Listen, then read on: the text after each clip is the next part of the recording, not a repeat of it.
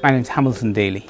The Caribbean Day Movement Group is currently on a tour which I'm part of with my colleague Ches Christopher, and we've gone through Antigua, we've gone through St. Lucia, St. Vincent, Grenada, Barbados, where I was able to also be interviewed for a television program there, and we went on to Dominica from there. So the message has been well received, as I have the opportunity to now speak to people in St. Kitts more widely, just for them to know that there is this effort to push unity for social and cultural and economic benefit of our global Caribbean community. I grew up in London.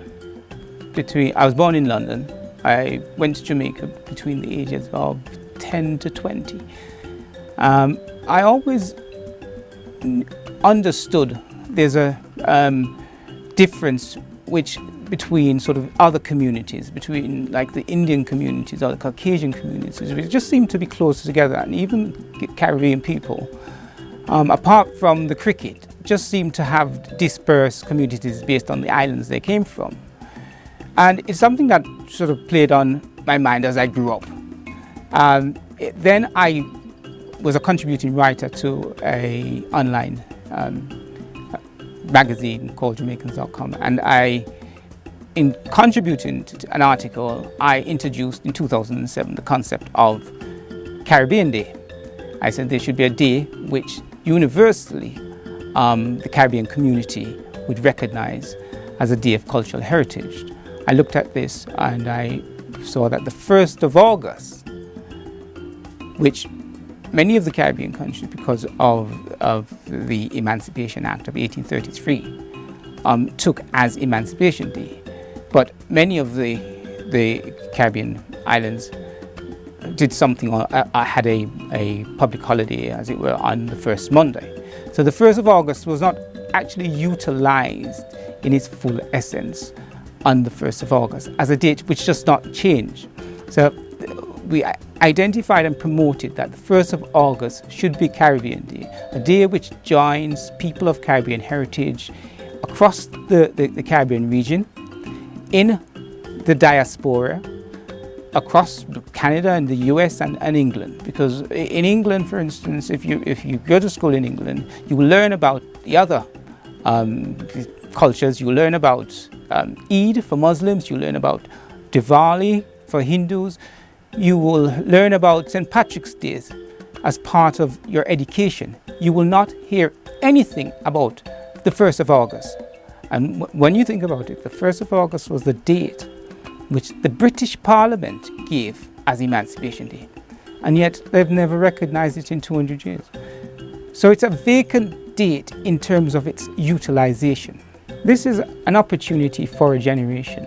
We have the tools. In 2007, when I first wrote CARICOM, introducing the idea of a Caribbean Day, it was a person writing to CARICOM, which is the body which is the leader of the 15 Caribbean island nations, including, of course, Guyana, Suriname, and Belize. But in 2014, when I revisited the effort, we had developed social media. We developed Facebook. Now we have a Facebook page, a group page, it's with over 5,500, and we have a sister page with another 8,000. That means we have over 8,000 friends and followers across the world, basically supporting the movement to establish a Caribbean Day. Uniqueness is what you get in any family. If you have a family of 7 children, each of those children are going to be unique in their own way, but they're all going to say the same surname if their mother and father is the same.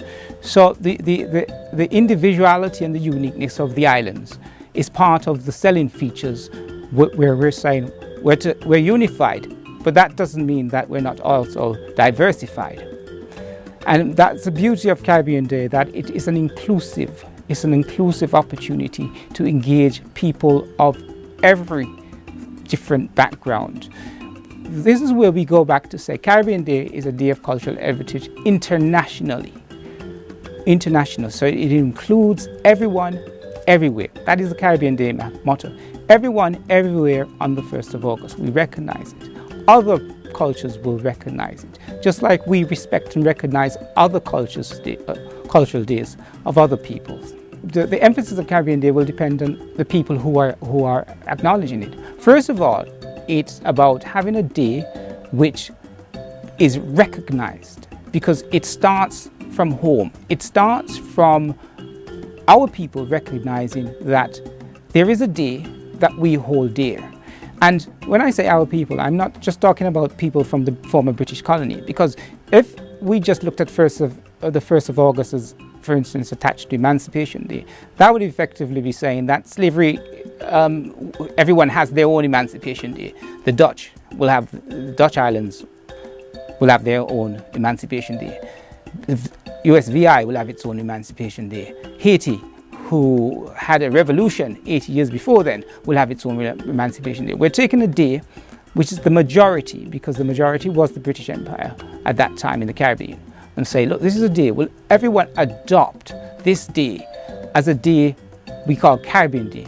It has cultural, economic, and social consequences to have a day which everyone can adopt, and as a generational effort. The first Caribbean Day was celebrated in 2014.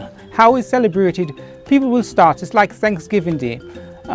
Thanksgiving Day now is a major event on the US calendar. And nations recognize that, certainly other races recognize that. So if Caribbean Day, where we start with Caribbean people first recognizing that the 1st of August is a date of cultural significance. The purpose of the day is unity. That is the purpose of the day. And what people do on the day will depend on where your emphasis is. Whether they go to church or carnival or fairs or just have friends around or telephones someone in the US or they telephone you. But we'll all be recognizing the same thing on the same day. What a powerful thing that will be.